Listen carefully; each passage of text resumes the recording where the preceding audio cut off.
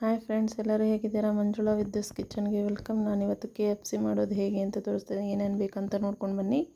ನೋಡಿ, KFC chicken ಇದು leg ಪೀಸ್ನ ಈ ಥರ ಪೀಸಾಗಿ ಸ್ವಲ್ಪ ಕಟ್ ಮಾಡ್ಕೊಂಡಿದ್ದೀನಿ. ಮಸಾಲೆ ಎಲ್ಲ ಒಳಗಡೆ ಹಿಡೀಲಿ ಅಂತ ನೋಡಿ ಈ ರೀತಿಯಾಗಿ ಕಟ್ ಮಾಡ್ಕೊಳ್ಬೇಕು. ಕಟ್ ಮಾಡ್ಕೊಂಡಿಲ್ಲ ಅಂದರೆ ಮಸಾಲೆ ಒಳಗಡೆ ಹೋಗೋದಿಲ್ಲ, ಟೇಸ್ಟಾಗಿರೋದಿಲ್ಲ.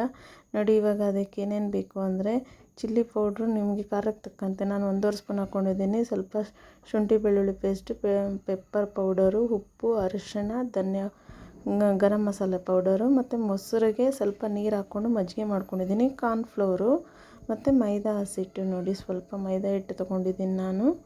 ಈಗ ಹೇಗೆ ಮಾಡೋದು ನೋಡೋಣ. ಇದನ್ನು ಇವಾಗ ಕಾರ್ನ್ಫ್ಲೋರ್ ಸ್ವಲ್ಪ ಹಾಕ್ಕೊಂಡು 1 ಸ್ಪೂನಷ್ಟು ನಿಮಗೆ ನೋಡಿಕೊಂಡು ಹಾಕ್ಕೊಳ್ಳಿ.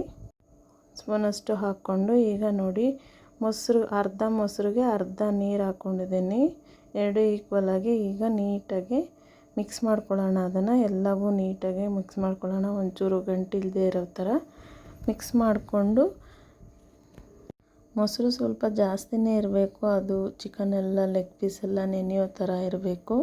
ನೋಡಿ, ಇಷ್ಟಿದ್ರೆ ಸಾಕು. ಈಗ ನೋಡಿ, ಎಲ್ಲನೂ ಒಂದೊಂದೇ ರೀತಿಯಾಗಿ ಎಲ್ಲ ಹಿಂದೆ ಮುಂದೆ ಆ ಹೋಲ್ಸ್ ನಾವು ಕಟ್ ಮಾಡಿದ್ದೀವಲ್ಲ ಚಾಕುನಲ್ಲಿ, ಅದರೊಳಗಡೆ ಎಲ್ಲ ಮಸಾಲೆನ ಸ್ವಲ್ಪ ನೀಟಾಗಿ ತುಂಬ್ಕೊಳ್ಬೇಕು. ಆವಾಗ ಚೆನ್ನಾಗಿರುತ್ತೆ. ನೋಡಿ, ಎಲ್ಲನೂ ಆ ರೀತಿಯಾಗಿ ಮಾಡಿಟ್ಕೊತಾ ಇದ್ದೀನಿ ನಾನು.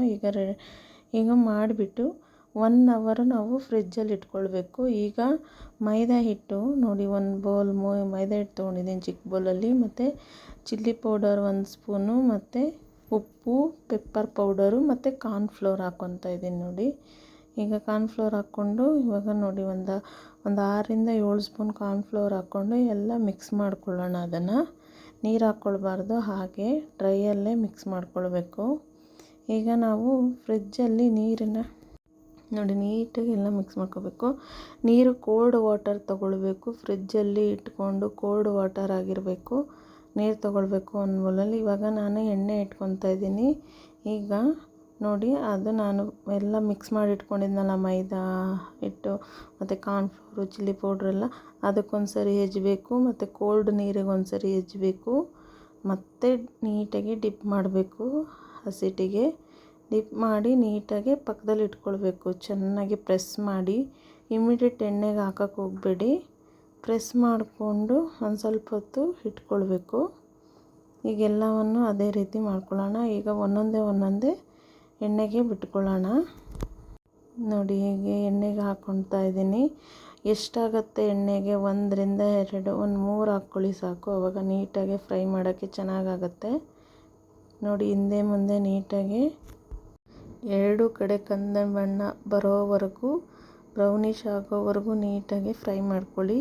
ನೋಡಿ, ಈ ರೀತಿಯಾಗಿ ಒಳಗಡೆ ನಾವು ಕಟ್ ಮಾಡಿದ್ದೀವಲ್ಲ, ಎಣ್ಣೆ ಎಲ್ಲ ಒಳಗಡೆ ಎಲ್ಲ ಹೋಗುತ್ತೆ, ಏನು ಚೆನ್ನಾಗಿ ಬೇಯುತ್ತೆ. ಆಯಿತಾ?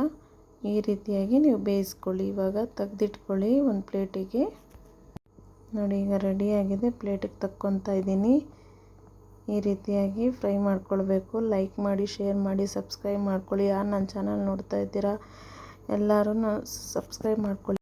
ನೋಡಿ, ಇವಾಗ ರೆಡಿಯಾಗಿದೆ.